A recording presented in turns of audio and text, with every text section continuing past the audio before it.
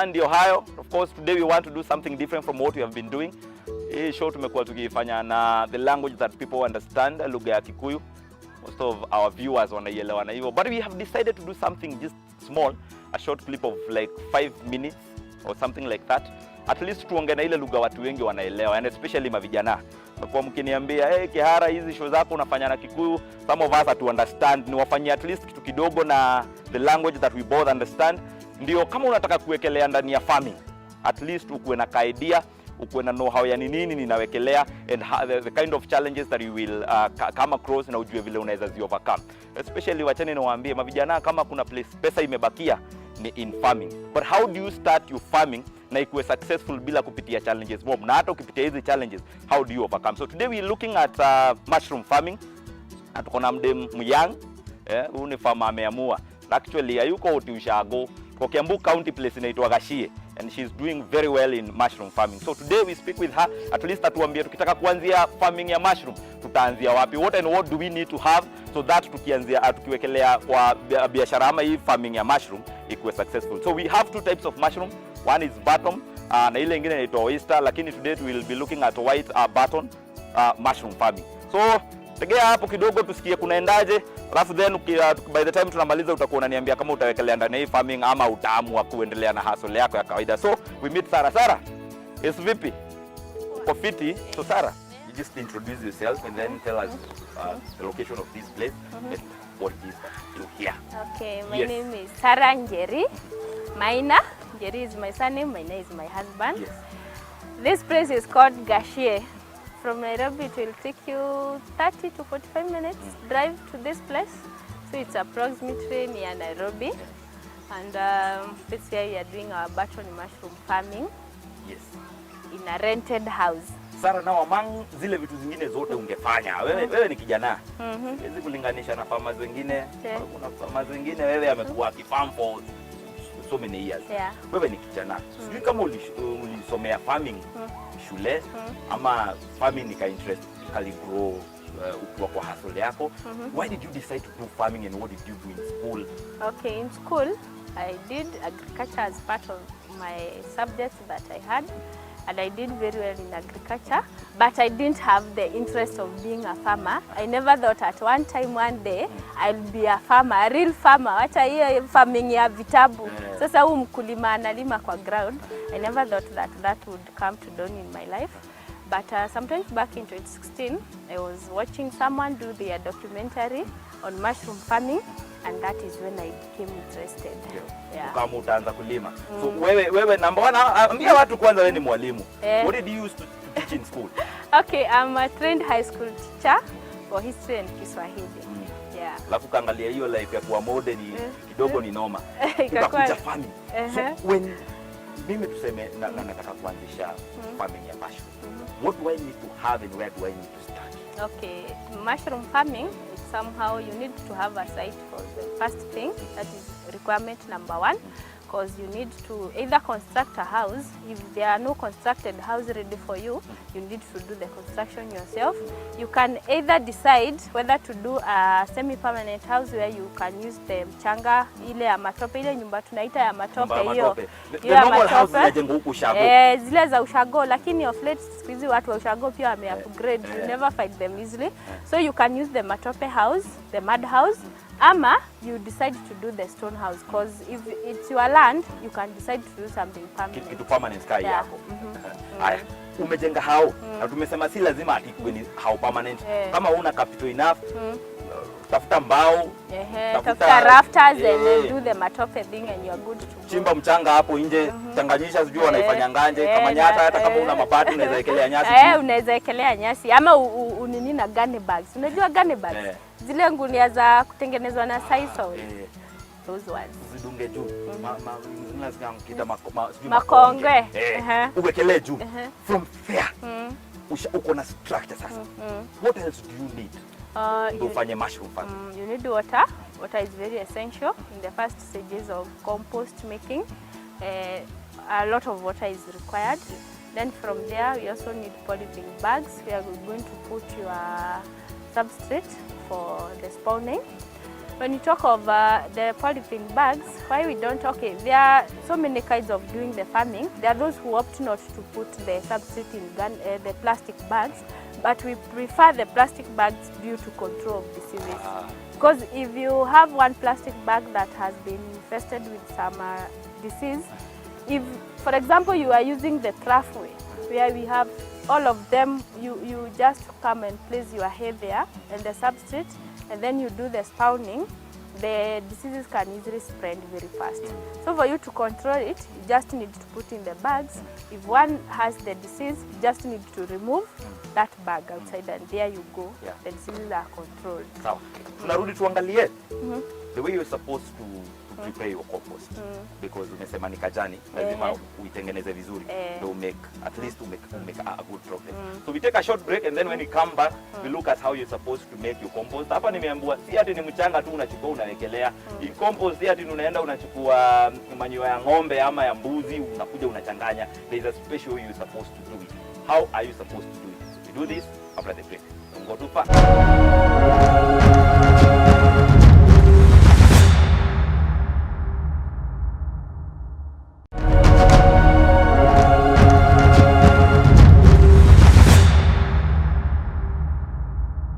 Sarah, tunafaa kuprepare aje compost? Compost, number one thing, raw material number one, tuko na wheat straw. That is what you use. Very clean without the trashes. It must be very clean without other things apart from the straw itself. Then from there we need to have chicken manure. Then from there we need to have cotton seeds. Mbona ya kuku? Hatuwezi tumia ng'ombe ama mbuzi?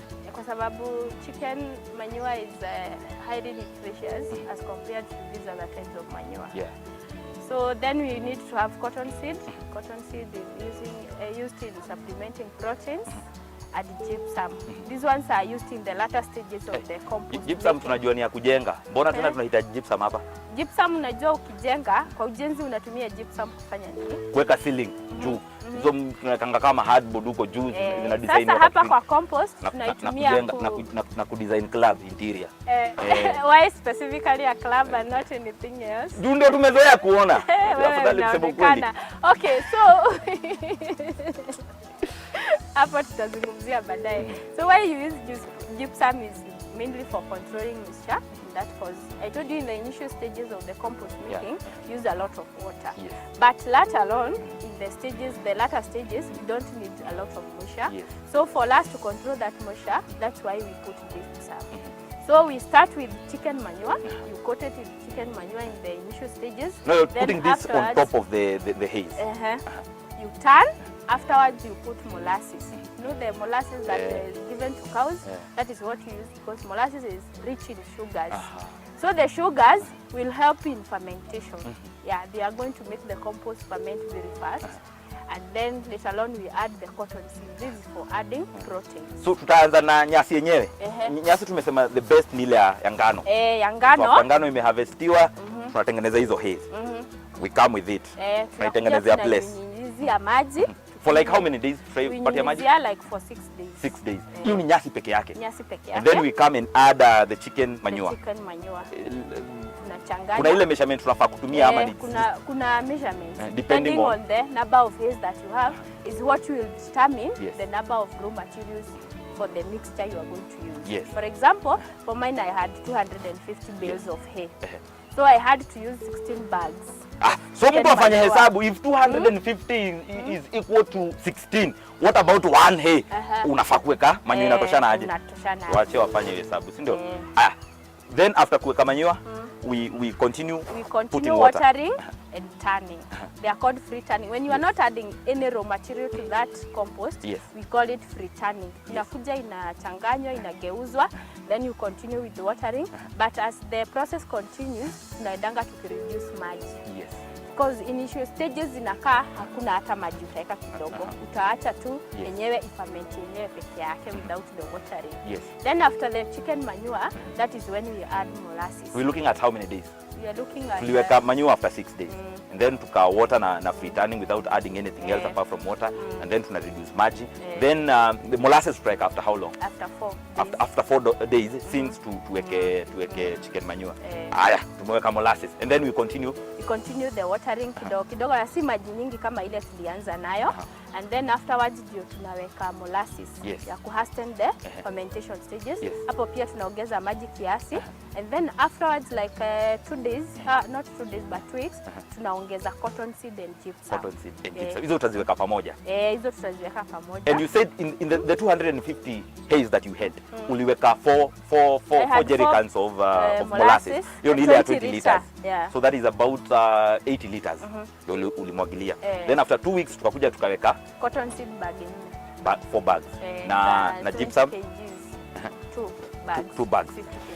Then this is after how many days sasa yote tuseme hii compost iko ready for? Iko ready after 30 days. After 30 maximum days. From there tunaileta kwa nyumba sasa. From there tunaiweka kwa bags, those plastic bags that we sew inside. Tunaileta kwa nyumba, tunaziwekelea huko kwa shelves. Alafu hizo bags before tulete kuna spawning. When you talk of spawning, tuna talk of kuweka mbegu. Sasa ile mbegu ya mushroom. Ile mbegu ya mushrooms, I had 4 cartons of mbegus. I put 2, nikaacha 2. Kwa sababu tunafanya initial stages, tunaweka moja. When we start seeing the mycelium colonize, ndio tunaongezea ingine. Tunafunika hiyo mifuko, and then we wait like for 2 weeks. That is when we come to add the soil. Kwa sababu hii substrate iko chini ya nyasi ya hay, haistahili kuchanganya na mchanga. Sababu mchanga unajua tutakuwa tunanyunyizia maji, na hiyo substrate haistahili ipate maji, kwa sababu ikipata maji inaanza kuoza. Ikioza ni kumaanisha mbegu yetu imekufa. And no mycelium can be formed. Tushapanda mbegu, tumefanya casing na soil. That is after how many days? After like 14 days. 14 days after kupanda sasa ndio tunakuja kuweka casing ya soil. What are the main challenges that you will face when doing mushroom farming? Zile zenye unajua, if I don't do A, B, C, D, I'm looking at losses. Lakini nikifanya hivi na hivi na hivi, then I'm looking at least some profit at the end of the day. Ni challenges gani mkulima ana expect kupatana nazo? Challenge number 1 ni substrate ile ama hiyo compost tunatengeneza hapa nje, lazima utengenezewe compost mzuri. Kwa sababu if you don't have quality compost, it means that those things can't grow. Hiyo mycelium haitaweza. Na ikikosa kuweza, already umepata loss kubwa sana, kwa sababu buying the hays, buying the mchanga, kununua hiyo mbegu, in fact it will cost 46,000 to buy those 4 cartons of the spawns. So like now it means that like half of the capital of whatever we talked about, 420, you've used up that capital. So if you just spawn in a poor quality compost, it means that you are looking at a loss of 200,000 kwa sababu haitamea. Na ikikosa kumea, sasa unaona hiyo mradi yote imefanya nini? Construction yako yote, kila kitu yote imeenda hivyo to the drain. Hygiene na story ya mushroom. Nasikianga kila mtu anafanya farming ya mushroom, the first thing you told it's hygiene. Iko related aje na mushroom? Mushroom ni kitu delicate sana, so you must observe hygiene. Na ni si ile kuobserve ya mchezo, ni ile lazima uobserve vizuri kabisa. One thing ni wakati you are doing the picking, you should not leave any dead mushrooms on the bags, those stems. Everything should be collected and put somewhere. Then afterwards, you must sterilize your herds or disinfect your herds and your feet, so that you don't bring diseases from outside to the house. Because if you don't look in that, what happens is they start forming something we call green mold. The green mold make the mushrooms that are blooming to die, to wither, and they just die. Tuangalie penye watu wengi wanagojea kusikia. Market, pesa.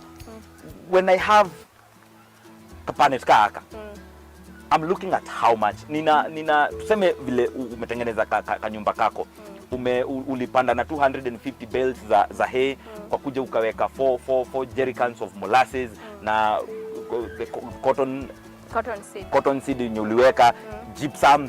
After all that, how much am I looking at? Na expect kuwa natengeneza like how much na kanyumba kama haka? Okay, when the market is there, we sell between the little you can sell per panel is 150. Kamoja kama haka? Kamoja. Takuwa na grams ngapi? Hii ni grams 250. 250. Hiyo ni wakati bei iko chini. Wakati iko juu? Wakati iko juu naweza uza 250. 250. Like hapa ndani, you expecting to harvest mpaka from the first harvest until useme sasa nimemalizana na hiyo shamba, I'm looking at preparing another one. Uta harvest like how many punnets and after how long? Okay, maximum harvest, if you do it in 3 months and with manageable conditions that you get the maximum harvest, I'm supposed to get like 5,000 panels in that house. 5,000 panels? Yeah. In that house? Yeah. For how, after how long? After 3 months. Wacha tutoe calculator. 5,000 panels. Kamoja 5,000.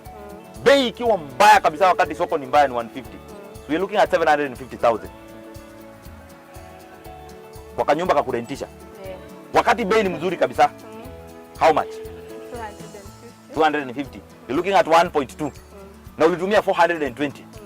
You last advice. Kwa mavijana, and especially wale watu wanasema tu hakuna kazi. Ama mtu ameemployiwa, yes, na anatafuta side hustle anaweza kuwa na do na imuongezeka income. Najua life imekuwa difficult. What is your advice to young people? My advice to young people is waache kuchagua kazi. Mtu asikae tu pale nyumbani amejishika tama hivi ati hakuna kazi. You can also create employment for yourself and for others, because personally I've created my full-time job, my full-time employment for myself and for others who are dependents of this house, because I have a permanent person who is there permanently. And in short, one employer. Na casual laborers wengine. Kwa hivyo hao watu wote tunalishwa na nani? Na hii nyumba. Na yule broker kwa soko ananigojea, analishwa na nani? Na hii nyumba. Then there is that consumer pia.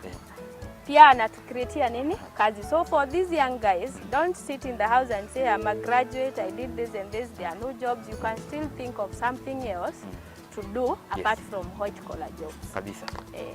Sarah, yes. Thank you so much.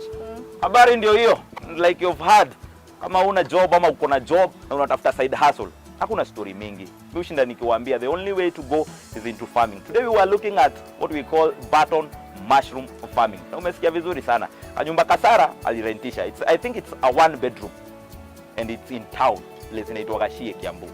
Kwa kufanyia farming yake ya mushroom hapa, na umesikia vizuri sana. She invested 420,000 kwa hako kanyumba kadogo. That is from buying the haze na hizo vitu zingine zote zenye ametuexplainia zenye unafaa kuweka kwa kale kahau. Bara ametuambia wakati soko ni mbaya, after 3 months she's looking at getting at least 750,000. That means anaweza toa ile for 20 yake yenye alikuwa amewekelea na abaki na kitu kama 330 kama profit. This is after 3 months. Na wakati bei iko poa, unaweza angukia.